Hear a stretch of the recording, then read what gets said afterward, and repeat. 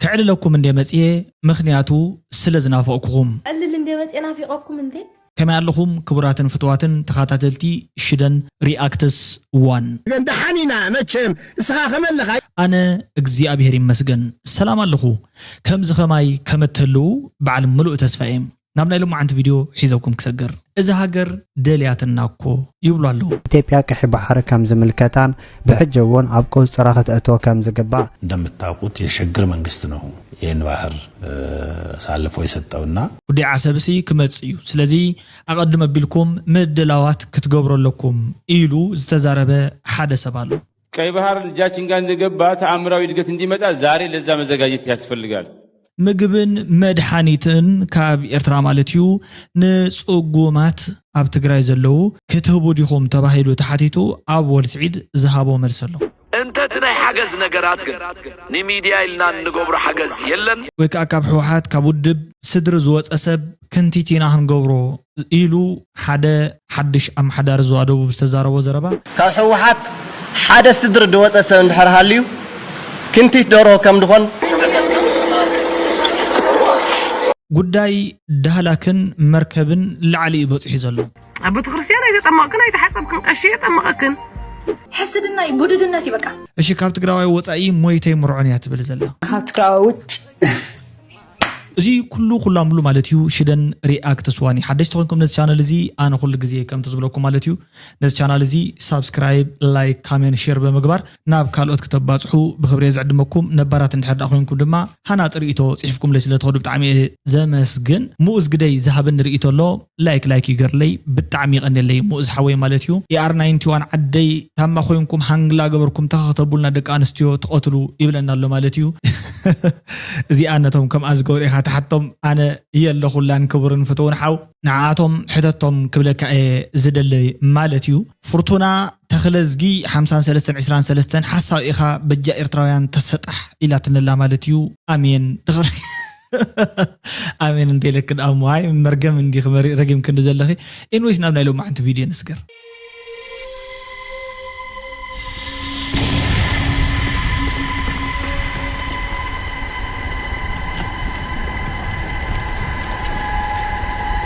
مو بتقدمي فيديو نجمر إذا هاجر نجرنا كودليات النازبلي بحر إيرتران إثيوبيا كم زملكات إثيوبيا وميجر جنرال تشامو قمتشو مجلس وتحبيرو إثيوبيا كحب بحر كم زملكتان بحجون عبقو صراخة أتوا كم زجبا ميجر جنرال تشامو قمتشو مجلس وتحبيرو أتي إثيوبيا بعد سلطان بذكر على محتات إثيوبيا بتاريخهم بحق أفدق بحر كم زجبا كحبرن كارلا أجد سنة بحر قبل معتن سأتان إثيوبيا عسترا كم زلوا وسيخو قاليسو بحر ودا ليلا أكال سيهد دم التاقوت يشجر من قستنه ين بحر سالفو يسطونا ليجيتيمسي أنصار كاينو مانديت يلو يشجر من قست بحزب يالتمرت منقست የባህር በር አሳልፎ የመስጠት ማንዴት የለውም አሁን ወደ ሚዲያ ብዙ አላወጣነውም ግን ማንዴት የለውም በህዝብ የተመረጠ መንግስት ነበር ይሄን ማድረግ የነበረበትና ወዳጆቻችን ይሄን በደንብ ያቃሉ ያነሱም ነበር የራሳችሁ ድክመት ነው ብሎም ያነሱ ነበርና እነኚህን ጉዳዮች ያነሳን ቢያንስ የኛ ኢንትረስት ባዶ እንዳልሆነ በጣም ጀስቲፋይ የሚደረግ ጉዳዮች እንዳሉት ለማስረጽ የተሰሩ ስራዎች አሉ ሰው ሆኖ መንግስት ሆኖ የጎረቤትን ሉዓላዊ አገር አረቦቹ አይዞክ ብለውት ገንዘብ ሰጥተውት እወራለሁ ብሎ ማውራቱ በጣም ይገርመኛል እኔ ሌላ ምንም አይገርመኝም ይሄ አሁን ያለው መንግስት እስኪ አይደለም ጎረቤትን ሊወር ኢትዮጵያን ሙሉ በሙሉ መቆጣጠር ይችላል አይችልም ስለዚህ እኔ ማለት ምፈልገው እኛ ኤርትራያኖች ምንም የውስጥ ችግር ቢኖረን በሉዓላዊነታችን የሚመጣ ግን እኔ ደግሞ ሌላ ምፈልገው ገመቹ አይደለም አሰብ የኢትዮጵያ አፋር ክልል ውስጥ ከገባ ወንድና አሰብን እንሰጣለን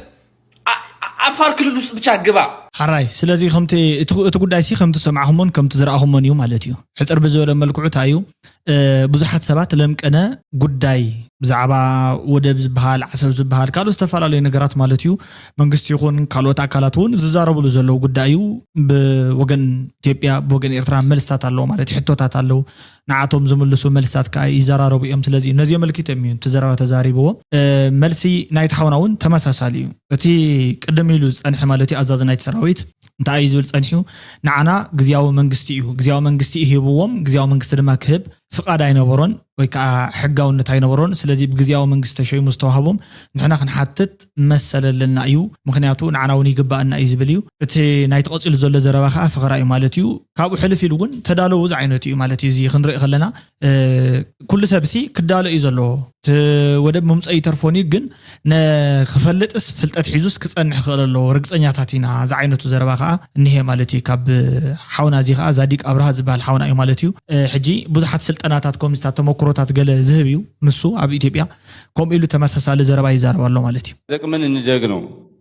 ቀይ ባህር ልጃችን ጋር እንደገባ ተአምራዊ እድገት እንዲመጣ ዛሬ ለዛ መዘጋጀት ያስፈልጋል ባለሙያዎች ማሰብ ያስፈልጋል ትውልድን ለዛ ማዘጋጀት ያስፈልጋል አፋርን ለዛ እንዲሆን አድርጎ መስራት ያስፈልጋል ካልሆነ ቃል የሚተላለፍበት ለአፋር ምንም እንትን የለው ሰው መዘጋጀት አለበት ሲሪየስሊ ዝግጅት መሆን አለበት ቲቤቱ ምኑ አሁን ቀይ ባህር እንደሚመጣ አውቆ ቴክኒክና ቮኬሽኑ ማሰልጠን አለበት ምን አይነት ስልጠና እንደሚያስፈልግ ስለዚህ እቲ ስልጠና እንታይ ናይ ምልም ማዳቅሓ ናይ ምሕላፍ ስኡል ካዋጋዝ የውሉ ዘይኮነሲ በቃ ክዳለወሉ ክእለለው ሲሪየስ ኮይኑሲ ተሞክሮታት ልምድታት ክሒዙ ክጸንሕ ክእላለዎ ይዝብል እዚ ማለት ክዛረብ ተሎ ርግፀኛ ኮይኑ ይዛረብ ዘሎ ብናት ወገን ኣነ ዝፈልጥ የብለና ኣብቲ ጉዳይ እዚ ማለት እዩ እንታይ ተበጽሑ ናምቲ ዓይነት ስምምዕ ድዩ ብሓይል ድዩ ወይ ከዓ ብታይ ምንታይ መልክዕ ክመጽእ ዝብል ብዙሕ ዝፈልጥ ነገር የብለኝ ግን ክመጽእ ከም ምዃኑ ንዑ ከዓ ምድላው ከም ዘደልኒ ይዛረብ ማለት እዩ እስኪ ናብ ሜሮንን ናብ ኢሪ 360 ከዓ ንሕለፍ ማለት እዩ ክልቲኦም ምስ ሜሮን ተኽለ ሰንበት ዝገበርዎ ዝኾነ ዝርርብ ነይሩ ንስማዕ እዮም ኢስት አፍሪካ ሓርማ ዝኾነ ፖለቲከኛ እግደፍ ፈቲና ጸሊና ብዙሕ ዜናታት ምንጭ ንኣብነት ሓንቲ ኣብነት ክነግረካ ኤርትራ ኣብ መወዳእታ እንታይ ትብል ንሕና እዚ ኣብ መንጎ ኤርትራን ኢትዮጵያን ዝግበር ናይ ንግዳዊ ርክብ ዓለም ለኻዊ ብዝኾነ ንግዳዊ ርክብ እዩ ኢሎም እቶም ናይ ኣብይ ወከልትኻ ሓቂ ኢሎም ማለት ሽዑ ነታ ጸብጻብቲኣ ንኣብይ ኣሕመድ ኣብፅሐምሉ ኣብይ ኣሕመድ ኣይከውንን እዩ ይሄ ተብል ኣነ እኮ ክንድመሪና ገለ ክብል ከለሁ እኮ ሓይለ ባሕሪ እኮ ኣብ ዓሰብ ከቐምጥ የደለ ኢሉ ሽዑ ንሳቶም ከዓ ሓራይ ክነግሮም ኢና ኢሎም ቆፀራ ገይሮም ምስትኖም ኤርትራ ወከልቲ ተራኺቦም እቶም ናይ ኤርትራ ወከልቲ እንታይ ኢሎሞ ኣብይ ኣሕመድ እንታይ ከም ዝበለኩምስ ቀዲምና ፈሊጥና ኢና ኢሎም ኢሳያስ ወደድንም ጠላንም ልክ እኛ እንደ ጦር ምርኮኛ አርገን ኢትዮጵያ ነው ምንም ማስር ያለብን በነገራችን ላይ ለኢሳያስ ምንም ርህራሄ ማስር እኛ 135 ሚሊዮን ህዝብ ይዘን እንዴት ነው ለአንድ ሎክ ሆነን የምንኖረው ባይለኛ የውስጥ ልዩነት የውስጥ ሽኩቻ ምንም አስፈልገንም በዚህ ጊዜ ብልጽግና ኦኔግ ፋኖ ምናምን ምን ይባባልበት ጊዜ ላይ አይደለም በጣም ችግር በቃ ያጠነው ብቸኛ ነገር ባህር በሩ ነው ባህር በር ያለን እኮ ነው የተዘጋብን እንጂ እኛ እኮ የሰውን አይደለም የጠየቅን ያለ ነው ሓራይ ንሕና እኮ 120 ንኸውን 120 ሚሊዮን ዝኾነ ህዝብ ድማ ብዘይ ባሕሪ በሪ ዋጋ የብሉን ንሕና እኮ ንሓቶ ዘለና ናትና ዝነበረ ነገር እዩ ናትና ዝነበረ ነገር ንሓቶ መሊስና ሕጂ እውን ንሓተት ዘለና እዚ ድማ ክወሃበና እዩ ዘለዎ ተመሊሱ ክንረኽቦ እዩ ዘለና ዝብል እዩ ዝዛረብ ማለት እዩ ዝሓውና እስኪ ሓዳሽ ነገር ማለት እዩ ኣብ ጽምዶ 15 ኣብቲ ካልኣይ ምዕራፍ ናይ ጽምዶ ኣመልኪቱ ዝረብ ዘሎ ማለት እዩ ጽምዶ 15 ኣመልኪቱ ሓድሽ ዝወፀ ነገር እዚ እዩ ናይ ጉዳይ ኣወል ስዒድ እዩ ብዛዕባ ዝጠመዩ መድሓኒት ሰኣኑ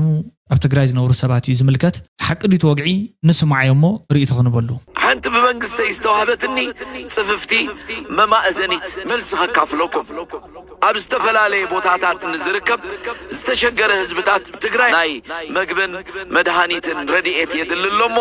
እንታይ ክግበር ይከኣል ዝብል ሕቶ ቅሪብና እዞም ኣባላት ጽምዶ ዝተዋህበና መልሲ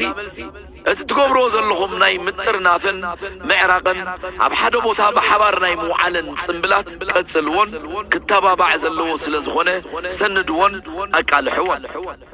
انت تناي حجز نجرات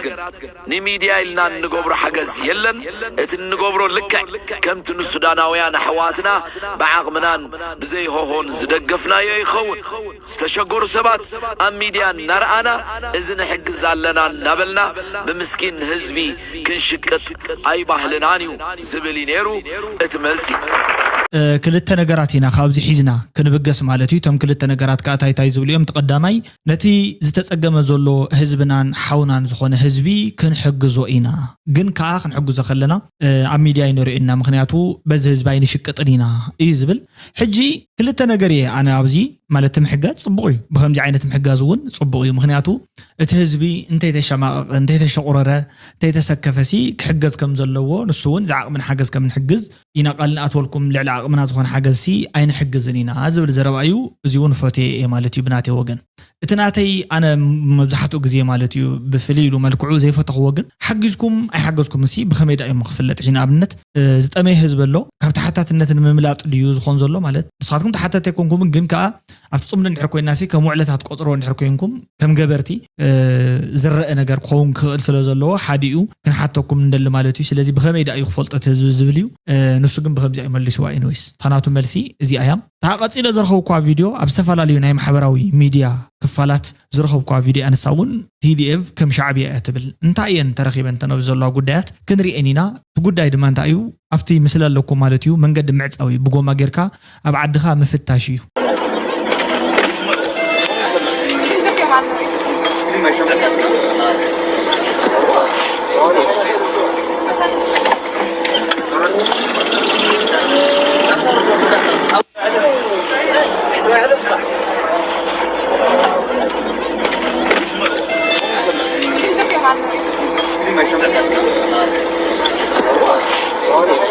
حراي እቲ ጉዳይ ከም ዝረአናዮ ኣብ ውሽጢ ዓዲ ዝግበር ፈተሻ እዩ ወይ ከዓ ናይ መፍታሽ ስራሕ እዩ ማለት እዩ ሕድሕድ ሰብ ይኹን ካሊእ ወዲ ካሊእ እምፃእ ወዲ ዓዲ ይኹን ፈቲሽካ ናይ ምሕላፍ ስራሕ እዩ ኣነ ብኣሎታይ ርአኒ ንምንታይ ንሕርዳ ኢልኩምኒ ዓዲ ሰላምን ርግዓትን ክህልዎ እንድሕር ዳ ኮይኑ ምፍታሽ ولا حنت أجمع زلوا يكون فتشنا أنا منهم نجاري حسكون منهم نجار تريحي زي ما أي سكفن حجكو أبعدنا بزحت نجارات يوم زجبار زلوا كأتوم كأ زت فراليو معون عزات ندات زواورو بستفرالي مناسيات مالتيو نعدات يوم حزبي يبالا شوالو كالأتون بوم متأنيم زاتو مالتيو تقول سر نداز حتى لنحرد أخيرو تشيك and regulation mechanism زيلا نحرد أخوينو تهزبي ندات بالا شوه نتمنى كأن ندات بكلن ندات مرزن كالوت نجاراتون ندات أتاتو خدي خليهم بحق أنت صريحهم زمكم زجور زلوا حوات كعب أجواو فتشهم كحلف زي جبوا نجار أنت زي حليفهم كحلف زي جبوا راح أنت حليفهم أما نتهز بما أخلص جبره ربحان تأمن نيتعدم مسارات جبره أنت خوينو صبوق تدي كوين جن نحرد أتخلقيلهم نحلن أم نحق أنت أمن خوينهم تصريحهم مفتاش ولا حنت أجمع زلوا إلى أنا أمنن بز حدش نجاري يكون أنا مالتي زي قدم كورونا ساعتون كم بتماسسالي زنبر نجاريو بزحت زي اللي نجارات نمكل خال نايت تمكل خال حيلسي تتوافيرو مو سلام تخبيرو زي أنا شجر اللويلة بوجني أمنن مالتي اسكي كابوحات حدا سدري زوص خنتيت درو خن جور إنا زبل فخراندي زي ناي تايبالنا ديكتاتورشيب فخراي anyways كم زي زفكرو مالتيو ديكتاتورات زخونو ويكا توتاليتاريان زخونو منغستات مالتيو ويكا زخونه بعد سلطان كوينوسي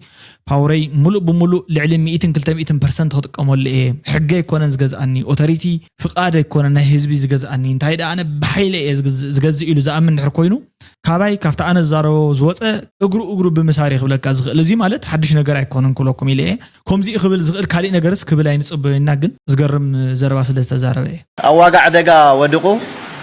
ዕላማ ሕወሓት ብናጸላት ዕላማ ክትካ ለይቲ ቀትሪ ትሰርሕ እዩ ሓለፉ ክልተ ዓመታት አውዘዋና ትገበሩ ጉዳት ከዚ ተዘራርብና ይንውዳይ መንግስቲ ከመንግስቲ ተድቅየም ሕወሓት ከም ሕወሓት ተድቅየም ድተርፍ ሰባይ ህሊ ብዙሕ በደላት በጽሒ ካብ ሕወሓት ሓደ ስድር ድወፀ ሰብ እንድሕር ሃልዩ ክንቲት ደርሆ ከም ድኾን ኣብ መወዳእታ ሕጂ ታ ጉዳይ ንሳእያ ታ ናይ መፍረራሕ ስራሕ ቀፂለ እያ ግን ሓደ ውድብ ከም ውድብ እንተዝቕየም መንግስቲ እንተዝቕየም ሲ ሓደ ሰብ ተረፈን ተቐይምዎም እንታይ ክገብሮም ኣሪሙ ኣራማይ ዝኾነ ስጉምቲ ነቶም ዝበደሉ ህዝቡ እንዲዮም ቀፅዑ በትሕጋዊ መስርሕ ቀፅዑ ሲ ናብ መስርሕ ይዘእትዎም ስለዚ ተቆጥዕ ከም እግዚኣብሔር መፅኡ ብመዓትን ብለበዳን የጥፍኦም ማለት ኣይኮነን ብሕማም ፌራ ይውድኦም ማለት ኣይኮነን ኣነ ናተይ ርእይቶ እየ ዝዛረብ ዘለኹ ተተቐይሙ ኦፍኮርስ ተተቐየመሉ መንገዲ ዝገበርዎ ጥፋት እዩ ንዓይ ስለ ፀረፉኒ ወይ ንዓይ ስለ ዝረገሙኒ ለይኮነን ቅየም ዝግባእ ንምንታይ ሕጊ ጥሒስኩም እዩ በትሕጋዊ መስርሕ ከዓ ሕጋዊ ብይን ይወሃቦም እዩ እዚ ይኸውን ነይርዎ ማለት እዩ ተቐፂሉ ዘሎ ናይ ምፍራሕ ዘረባ ያው ልሙድ እዩ ካብዚ ዓይነት ሰብ ንፅበዮ ጉዳይ ስለ ዝኾነ ኣነ ብዙሕ ሓድሽ ኣይኮነንን እሺ ካብ ትግራዋይ ወፃኢ ሞይተይ ምርዖን እያ ትብል ዘላ ማለት ናታ ሓሳብ እዩ እስኪ ንስምዓ እያ ዝሓፍትና ኣነ ሕዚ ምስ ካሊእ ብሄር ከዚ ክሰርሕ ይኽእል እየ ምስ ካሊእ ስራሕ ክሰርሕ ስራሕ እዩ ምክንያቱም ስራሕ ቅርሺ ኢኻ ተምፅእ ምውሳብ ግን ቆልዓ ኢኻ ተምፅእና ይመስለኒ ካብ ትግራዋይ ውጭ ስቲል ነው ማለት ነው ያ ከቢድ ላይ ይመስለኒ በኖርማሊ ንሕና መጻጻና ገለገለሲ አይፍለጥ ያውና ተፈጥሮ ጉዳይ ፈጣሪ እዩ በኖርማል በተሐሳሰ ደረጃ ስለና ነፃ ኮይና ክንሐስቦ ከለና ግን አኹም ዳዓነት ፍላይ ለዚ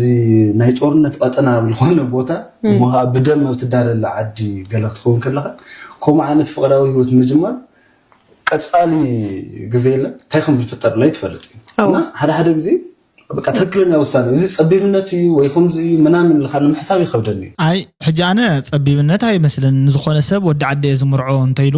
ካብ ወፃሲ ካብ ወዲ ዓደ ወፃሲ ኣይምርዖን እንተይሉስ ሽግር ኣለዎ ዲ ማለት ታይ ሽግሩ ዝኾን ዘሎ ከም ሕውነት ንምስፋሕ ወለድና እንታይ ይገብሩ ነይሮም ካብ ኣዳም ዝተጀመረ ታሪክ መስለኒ ነተን ማንታ ምስኡ ዝተወለደ ኣሕዋቱ ገዲፉ ትሕውነት ምእንታን ከይቀራረብ ሓድሽ ሕውነት ናይ መምስራት ወይ ድማ ካልእ ዝተረድኦም ነገር ስለ ዘለዎም እንታይ ይግበር ነይሩ ነታ ምስኡ ዝተወለደ ዘይኮነት ነታ ምስ ሓደ ካልእ ዝተወለደት ማንታ የምርዑ ነይሩ ከምኡ ንፈልጥ ኢና ኣብ ታሪክ ማለት እዩ እዚ ናይ መጽሓፍ ቅዱስ ታሪክ ስለ ዝኾነ ማንም ሰብ ዝሕቶ ኣይኮነን ማለት እዩ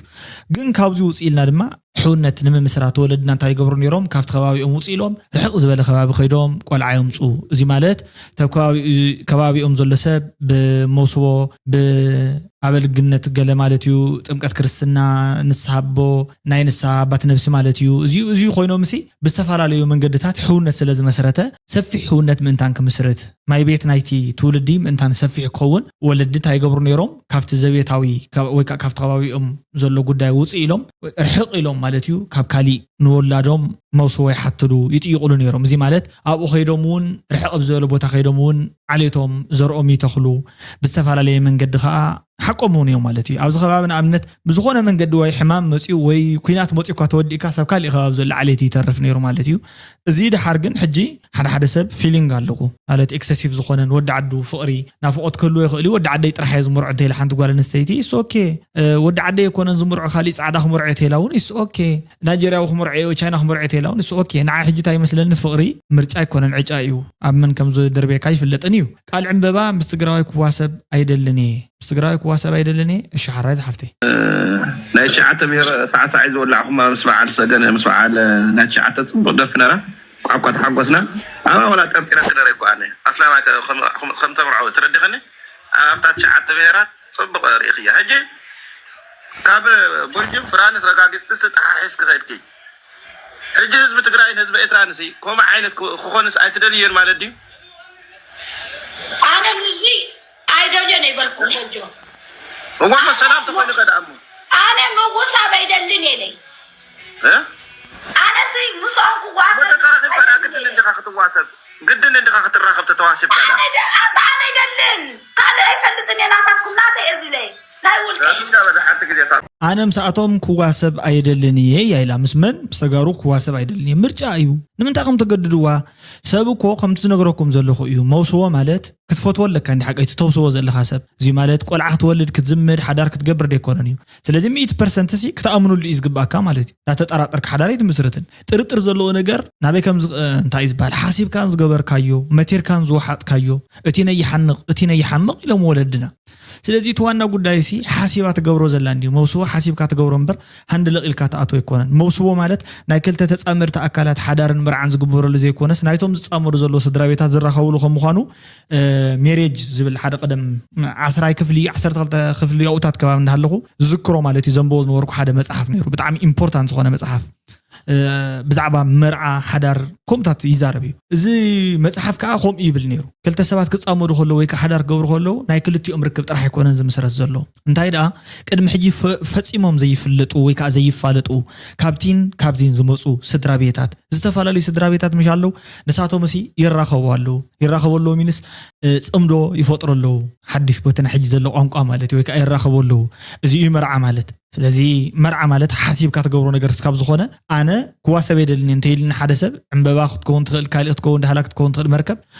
ኢትስ ኦኬ ዝብላ እስኪ ዝማእማእክሲ ተመርዑ እየ ዝብላ ሓራይ ናብ ናይ መርከብን ናብ ናይ ዳህላኩም ጉዳይ ኢና ንሰገር ሓውን ሓሰርን ዝኾናሉ ጉዳይ مركب دهلاك نسي ما ينصابانين كونا نيروون دهلاك دسيت مركب كأ مركب زي أخذ كمول إنيرو أخذ كمال إنيروون أحواتي كائن بفلاي مالتي جن أنت أيو خمس جيروون نينا علامة أيو خمس خوينا نقليل كات حاسب كامل الوقت المحاورة وميديات زي كوين خاطر تحلف نجاري لا جمتن أنا بوجني قالنا أوياسي أنا خمسرو أبو تاجقنت عبيرو قال ملدو نمن يا خم أختبلو نمن بزعبا جقنت إرتراونت مسانا عيت الزاربي ليدي مستنفرات كماخي نقاس رأس هقدف مزوم يخوم يلك تزارب نحنا إرتراوينا اللي علينا إرتراو زخون سبيلن كمان إرتراوي تفي سو عارف كتقمتي ما عارف ندو فقر هاجر كن حزب كن تزهلوا كغات أنت إنك يوم نبرت كن خنا عدو وانا يمهبكن هو ودرخيبنا ترى أخب هالزخة أنا بزعل إرتراو نتخصصي عيفلتني تبزين نبرت وليدا كلام الأفكارس أي تطمع كنوا أبو تخرسيان أي تطمع كن أي تحسب كن أشياء تطمع كن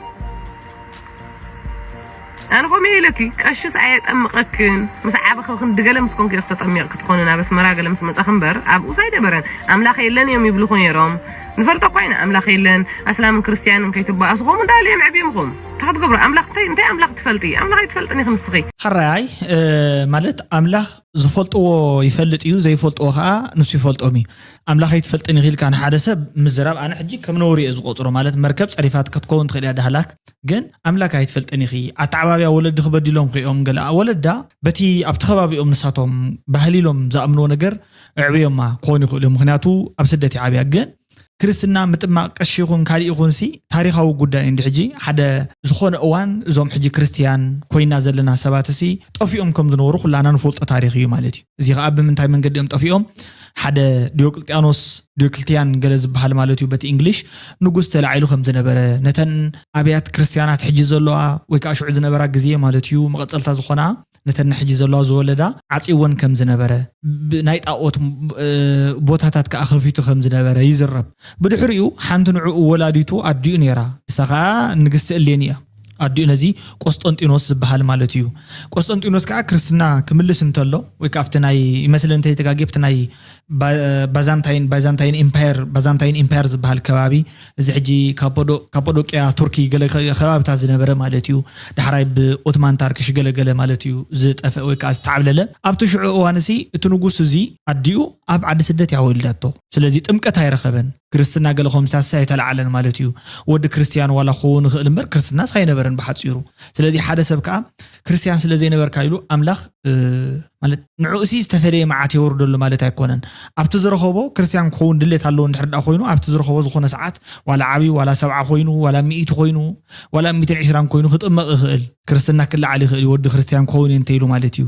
ኖ ኣነ ክርስቲያን ኣይኮንኩም ብኻሊእ ሃይማኖት ዝቕፅል ተይሉን ክቕፅል ይኽእል እዩ እዚ ሕጂ ከም መጻረፊ ኢና ንጥቀመሉ ንሕና ከም ሕብረተሰብ ብጣዕሚ ኣዚና ንድሕር ስለ ዝኾንና ማለት እዩ ኣይተጠመቕን ሰዋት ማለት ኣይተጠመቐትን ግን ብሂወት ፀኒሓ ፈጣሪ ፅኒሕዋ ንጥምቀት ረኺባታ ኣነ በዚ ጉዳይ ዚስ ታይም መኽብለኪ ማለት ብጣዕሚ ድሕር ዝኾነ ዘረባታት እዩ ክንትዛረባ ዘለኻ እስኪ ክዛረብ ከለኹ ንረብሓይ ኣይኮነን ንዕአን እዩ ዘርብሐ በዓል ከምዚኣ ግን أنا وديق يمو أنا أيربحني يمو بحج أيكون اللين يمو نعانك أخما يدوكونا كما يدحريت يترفع الكاز قبر نجر حسدنا يبوددنا تبكى مبزحة أن بلوك مالهم عندك أنستيو بلوان صفعوان زبلهم قلب قلعة زي كفل أبو الهدي دلوان ቀለብ ቆልዓን ክኸፍል ዘይክእል ሰብኣይ ካብ እዚአን ከምዚ ዓይነት ሰብኣይ ሓደገኛ እዩ ናይ ክልቲአን ዘረባ ድሃላክውን ከምኡ ጥዒታ ይኮንክን ዘለኽ ማለት እዩ ማለት ተረጋግዒ ልባሚኺ ንኩሉ ዝፀረፈ ካብ ማሕበራዊ ሚድያ መፂኻ ትምልሰሉ ገለ ማለት ኣይኮነን ይመኽረክ ማለት ኣይኮነን ግን መኻሪ ምኹር ልብ እንድሕር ዳኣልዩ ኮይኑሲ ተመኺርክ እንድሕር ዳኣልዩ ኮይንክስ ንስኽን መርከብንስ ትፃረፍ ዓይነት ደቂ ኣንስትዮስ ክትኮና ኣይግባእ እንታይ ደኣ ክትተሓጋገዝ ኣለክን ጓል ንጓል ተፃሪፍክን ኣወዳታ እዮም ክደግሙልክን ማለት እዩ ክድግፉኽን ከምኡ ኢልክ ተሓስቢ ሃባነ ዳድ እንዳወዲኦም ዝውስኽልክን ስለዚ ኣነ ኣብዚ ዘይምስምዕ ማዕንፀላ ይጠቅም ኢለ ኣነ ዝገልፆ ብሓፂሩ ማለት እዩ ሓያል ሕብረተሰብ እዩ ዘሎ ሓያሉ ከዓ ናይ ክፍኣት ግብሪ ናይ ሕስድና ኣይደን ካሉ ቁርና ዝብገስካ ገላ ይፍለጥን ግን ብሓፈሻ ምስ ብዙሕ ነገራት ዝተሓዝ እዚን ካልእን ኮይኑ ንዓይ ስማዓኒ ኣብዚ ሕብረተሰብና ኣምሶሉን ሓሳውን ማእለድ ይብሉ ሰብ መፅኡ ዘሎ ኣብ ሙስሊምነት ኣብ ሓሶት ኣብ በለፅ ሕስድና ንምንታይ እዚ ዝመፅእ ኣነ ክፈልጥ ኣይክእልን ካብዚ ዝተበገሰ እምበር ኣነ ከም ፍሉይ ነገር ኣሎ ኣይብልን ግን ዝታት ክገርፎ እዩ ዝግባእ ኣብ ዝኾነ ናይ ስራሕ ሰብ ክዓቢ ክትሪኦ ከለካ ኣብ ክንዲ ቅዱስን ዝሕዘካ ሕስድና ኣብ ክንዲ ከመይ ገይረ ኣብቲ ደረጃቲ ከምኡ ወይ ኣነ ብርጌድ ለሓሙዱ ከዝላ ይድግፎይ ክነግረካ ኣይድግፎይ ከዝለ ክነግረካ ኣብ ፖለቲካ ውሽጢ ኣቲ ኣነ ህዝቢ ኤርትራ ብቻ ይልፎት ኣነ اوكي على حزب ارترا طلع اوكي بركن محمدو من اللي كتعمل السخي منقست ابي الحجزيو ترديكا ليه منقست ابي الحجز اي فوتي انا كزاربكا برجيت لحمد قوينو مجمريا بوينو قوينو عبد كخبري هزو كخبرينيو مش منقستي ايتوبيا قوينو كشقاوت اولي اللي بتسوي انا ናይ ዜዲ ሂጅበት ትብል ሓፍትና ማለት እዩ ሪኢኹሞ እንድሕር ዳ ኮይንኩም ሓሳባሲ ተደጋፍነት ዘለዎ ሓሳብ እዩ ኣነ እውን ዝድግፉ ሓሳብ እዩ ማለት ከሽቃብጥ የብሉን ገለገለ እሱ ኢሉ እዚ እንታይ ዝበሃል ተራቃል እንድዩ ብዓይኒ ፖለቲካ ክዛረቡ ከለካ እንታይ ማለት እንታይ ገብረሉ ኣሎ ማለት እዩ ረብሓ ዘየብሉ ዲኡ ዘሎ ማለት እዩ ረብሓ ዘየብሉ እንድሕር ዳ ኮይኑ ዘይርባሕ እንድሕር ዳ ኮይኑ ናብኡ ኸይድ የብሉን ሊኣነ ክዛረብ ዝኽእል እቲ ማክሲማም ከሽቃብጥ የብሉን ገለ የብሉን ዝብል ብከምዚ ዓይነት ቋንቋ ዝገልፆ ማለት እዩ እዚ ጉዳይ እዚ ከዓ ረብሓለን ኢሉ እንተኸይዱ ከዓ ኣነ ልዕሊ ረብሓኩም ኣነ እየ ዝረብሓኩም ንዕናባይ ገለ ኢለ ክፅውዖም ኣይክእልን እየ ማለት እዩ ምክንያቱ ረብሖኦም ኣይፈልጡን ከም ምባል ስለ ዝኾነ ኤኒዌይስ ናብቲ ፈላሚ ዋዕላ ኤርትራውያን ንምቋም መሰጋገሪ ባይቱ ኤርትራ ኣብ ስደት ዝብል ነሓሰ 2025 ፍራንክፈርት በዓል ገብረ ባህዱራይ ማለት እዩ ብከምዚ ትሪእዎ ዘለኹም ኣካይዶሞ ነይሮም እቲ ጉዳይ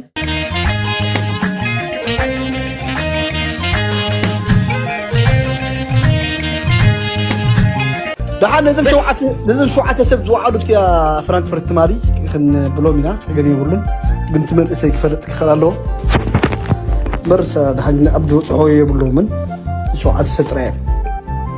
يا نعم أب حق مقانس بغتيا بما الحسك سرايا عدي بتكبر زقورو من إسان زياخت الدانا قريب بك ود كل جزاي أبو كل جزاي زبل سمن حلنا عريجو إنده خدم كله ود حماسين هجر حماسين إلو نأمن إنده خدم كله ኤንዌይስ ኣነ ግን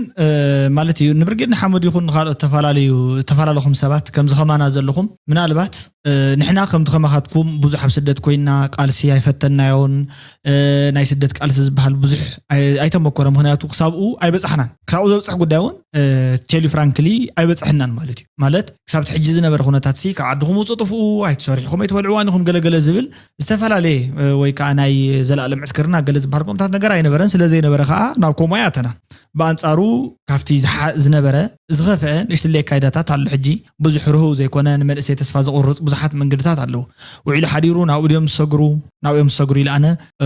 ፒስሚስቲክ ዝኾነ ዓይነት ሓሳብ ከምፅእ ከቕርብ ኣይክእልን እየ ጀስት ኣን ኦፕቲሚስቲክ ፐርሰን ማለት ፅቡቁ እንተሓሲበላ ንዓደይ ሓይሽ ግን እንተኮይኑ እውን ኣጋጣሚ ከምቲ ንስኻትኩም ትገብርዎ ዘለኹም ሕጂ መንእሰይ ዓድና ክገብር ኢሉ ኣይግምትን ንምንታይ እንተኢልኩም 5-6 ኮይንኩም በብዓዱ እውን ተመቃቂልኩም ንኽትድግፉ ነቲ መንግስቲ እውን ተመቃቂልኩም ንኽትቃወሙ እውን ተመቃቂልኩም ሲ መዓዘ ይኹዳእ እቲ ጉዳይ ማለት ገፁስ ናበይ ይኾነኩም እየ ዝብል ናይ ሎማዓንቲ ቪድዮ ነዚ ዝመስል ክሳብ መወዳእታ መደብ ኢኹም ተኸታቲልኩሞ ኣብ መወዳእታ ሓናፅ ዘበለ ርእቶ እንድሕር ኣለኩም ኮይኑ ከምቶም ኣሕዋትኩም ማለት እዩ ፍልይ ዝበለ ርእቶታት ክፅሕፉለይ ብክብሪ እየ ዝዕድም እንድሕር ካብኡ ፍልይ ዝበለ ሓሳብ ኣለኩም ኮይኑ ነዚ ቻናል እዚ ሓደሽቲ ኮይንኩም ካብ ተመሳሊ ነዚ ቻናለይ ሳብስክራይብ ላይክ ካሜንን ሼር ብምግባር ናብ ካልኦት ከተባፅሑ ከዓ ይምሕፀነኩም ማለት እዩ እዚ ሽደን ሪኣክት ስዋን እዩ ሎዋም ቅነ ክኾነልኩም እየ ዝምነ ቻው ደሓና ቀኒው ታም Wood light. نحن نحضر تحوات إيمان